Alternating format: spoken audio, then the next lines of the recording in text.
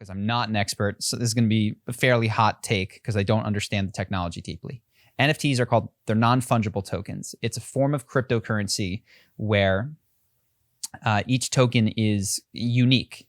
And so what you can do with that is you can release limited edition art, and you can you got painting 3 of 200, and that token is always good for painting 3 of 200. But it's a digital painting. It's a digital painting. So anyone can download the painting. Yes. And many of these digital paintings that they have auctions for are GIFs or like 8-bit paintings. If you think of like Super Nintendo, even before that, that's 16-bit.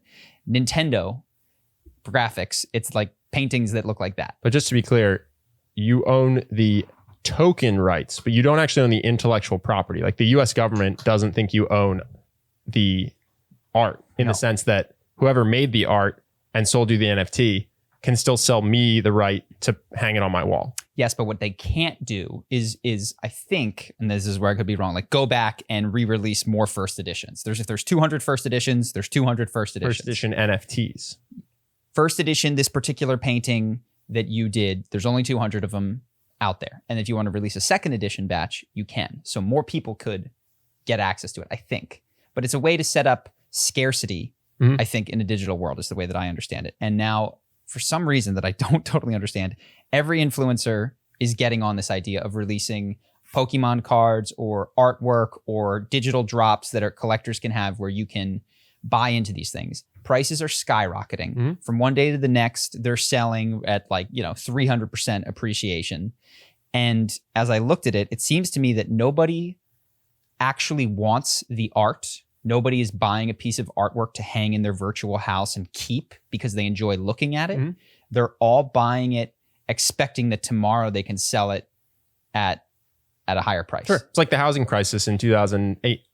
It appears to be a next biggest fool thing. And I was just arguing with Ivan about this because he says that there's value here. I think it's a huge bubble. He kind of agrees. But as far as I understand, when people buy artwork, even for millions of dollars, they're not thinking, oh, this is going to appreciate and I'm going to sell it in 5 or 10 years. Well, sometimes they are. Sometimes. But there appears to be enough of, no, I'm going to put this in my home and it's going to stay there. My kids are going to look at it and their kids are going to look at it. And yes, it'll go up in value or not, but I'm going to look at it is what I'm going to do. And that's the value of it. And I have a hard time imagining that that's what's driving a lot of the consumption of these NFTs. Yeah.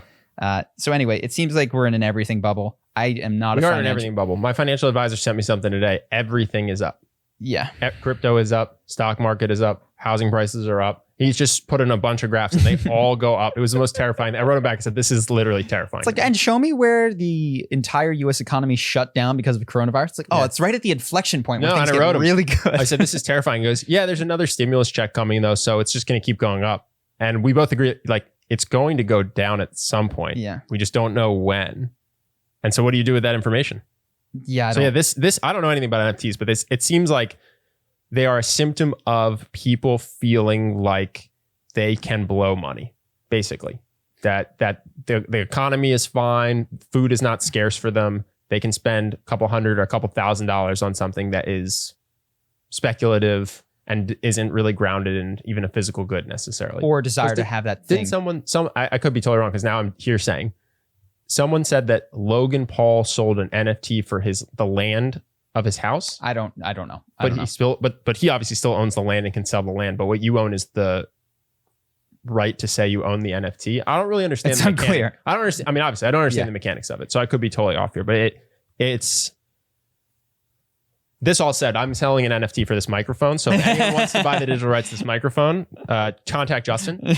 You guys can negotiate. You guys can negotiate the price. Yeah, it's disappointing to me. I've mentioned it in the past, but nobody's asking how they can help.